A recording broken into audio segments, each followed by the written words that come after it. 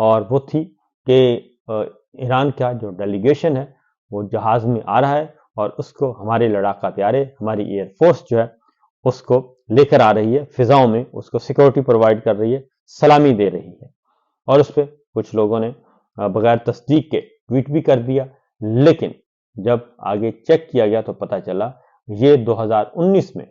جب محمد بن سلمان آ رہے تھے، کراؤن پرنس عمران خان صاحب کے زمانے میں، یہ ان کی ویڈیو ہے،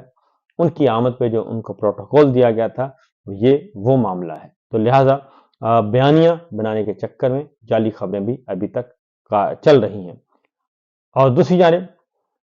لبنان کا معاملہ جو ہے وہ زیادہ سیریس ہے، اور ایران نے کہا ہے کہ لبنان جنگ بندی کا حصہ ہے، اور ایران جو ہے وہ لبنان سے کبھی بھی لا تعلق نہیں ہو سکتا، لہذا جب تک لبنان میں جنگ بندی نہیں ہوگی مذاکرات شروع نہیں ہو سکتے۔ اور پھر اس کے بعد ہوا یہ کہ ایران اور اسرائیل اور لبنان کے براہ راست مذاکرات شروع کروا دیے گئے ہیں، اور فی الوقت جنگ بندی ہے۔ ایران کی طرف سے کسی قسم کا کوئی میزائل نہیں داغا گیا، کوئی ڈرون حملہ نہیں کیا گیا، اور اب انتظار کیا جا رہا ہے کہ اسرائیل اور لبنان کے درمیان بھی مستقل جنگ بندی ہو جائے، اور اگر جنگ بندی نہیں ہوتی تو معاملہ خراب ہے۔ اور اسی طریقے سے جو مذاکرات ہونے ہیں امریکی نائب صدر جے ڈی وینس اور اس کے بعد وٹکوف، اور تیسرے ہیں صدر ٹرمپ کے داماد جیرڈ کشنر، اگر ان کے ساتھ مذاکرات کامیاب ہو جاتے ہیں تو ویل اینڈ گڈ، اگر خدا نخواستہ یہ مذاکرات ناکام ہو گئے تو اس کا نتیجہ بھی، اس کے لیے بھی ہمیں تیار رہنا چاہیے۔ اور چونکہ اس وقت صورتحال یہ ہے کہ جو بھی ان کو عقل کی بات بتائے گا، کوئی سیدھا راستہ دکھانے کی کوشش کرے گا، اس کو یہ کہیں گے غدار ہے، کیونکہ جو معاملہ ہے آپ کے شہباز شریف صاحب نے جو ٹویٹ کیا تھا، جنگ بندی کی اپیل کی تھی صدر ٹرمپ سے، اب اس کے بارے میں فائنینشل ٹائمز کے ساتھ ساتھ نیو یارک ٹائمز بھی سٹوری دے چکا ہے، وائٹ ہاؤس کو کنفرم کر چکا ہے کہ یہ ڈرافٹ جو ہے جو شہباز شریف صاحب نے کیا تھا، یہ وائٹ ہاؤس کی طرف سے ہی گیا تھا، اور اس کو ویٹ کیا گیا تھا، اور یہیں سے وہ گیا تھا، اور انہوں نے پیسٹ کیا، ٹویٹ کیا، لیکن انہوں نے ایک جہالت پر مبنی اقدام کیا، جس کی وجہ سے پاکستان امبیرس ہو رہا ہے۔ حالانکہ اس کو بہت اچھے طریقے سے اگر عقل استعمال کی جاتی تو اس کا بڑا بہترین بیانیہ بن سکتا تھا، حقیقت پر مبنی، لیکن چونکہ یہ عقل کل ہیں اور سب کچھ کرنا جانتے ہیں، اور یہ سمجھتے ہیں کہ جو انہوں نے پیسوں پہ، جو تنخواہوں پہ بیانیہ باز اور بیانیہ ساز رکھے ہوئے ہیں، وہ پیسوں سے ہی ان کا مسئلہ حل کریں گے، حالانکہ اس کے لیے عقل چاہیے ہوتی ہے، اس کے لیے دانش چاہیے ہوتی ہے، فہم و فراست چاہیے ہوتی ہے۔ وہی ٹویٹ جو ان سے کروایا گیا، اس سے یہ بھرپور سیاسی فائدہ اور اپنی امیج بلڈنگ کر سکتے تھے، لیکن چونکہ انہوں نے کاپی پیسٹ کر دیا اور وہاں سے یہ پکڑے گئے، یہ ڈرافٹ تو آیا ہی ادھر سے ہے، تو بھائی اگر ادھر سے آیا ہے تو پھر آپ اس سے زیادہ فائدہ اٹھا سکتے تھے، بیانیہ بنانے کے لیے اور زیادہ فائدہ اٹھا سکتے تھے، اور بتا سکتے تھے کہ پاکستان سے درخواست کی گئی ہے، پاکستان سے درخواست کی جا رہی ہے، اور صدر ٹرمپ نے کی ہے کہ ہمیں اس قضیے سے نکالیں، اور ہم بند گلی میں پھنس چکے ہیں، ایران کو تباہ کر نہیں سکتے، ایران کو مسمار کر نہیں سکتے، نشان عبرت بنا نہیں سکتے، لہذا ہمیں بیل آؤٹ پیکیج دیا جائے، فیس سیونگ دی جائے۔ لیکن مسئلہ یہ ہے کہ اگر آپ جعلی اکاؤنٹس پہ بنوائیں گے اور اربوں روپے کا بجٹ رکھیں گے سوشل میڈیا کے لیے، اور پھر آپ توقع کریں گے کہ جعل سازی کے ذریعے سے، جعلی ٹویٹس کے ذریعے سے آپ کوئی مقصد حاصل کر لیں گے، تو یہ آپ کی خام خیالی ہے۔ تو فی الوقت اتنا ہی، اجازت دیجیے، اللہ حافظ۔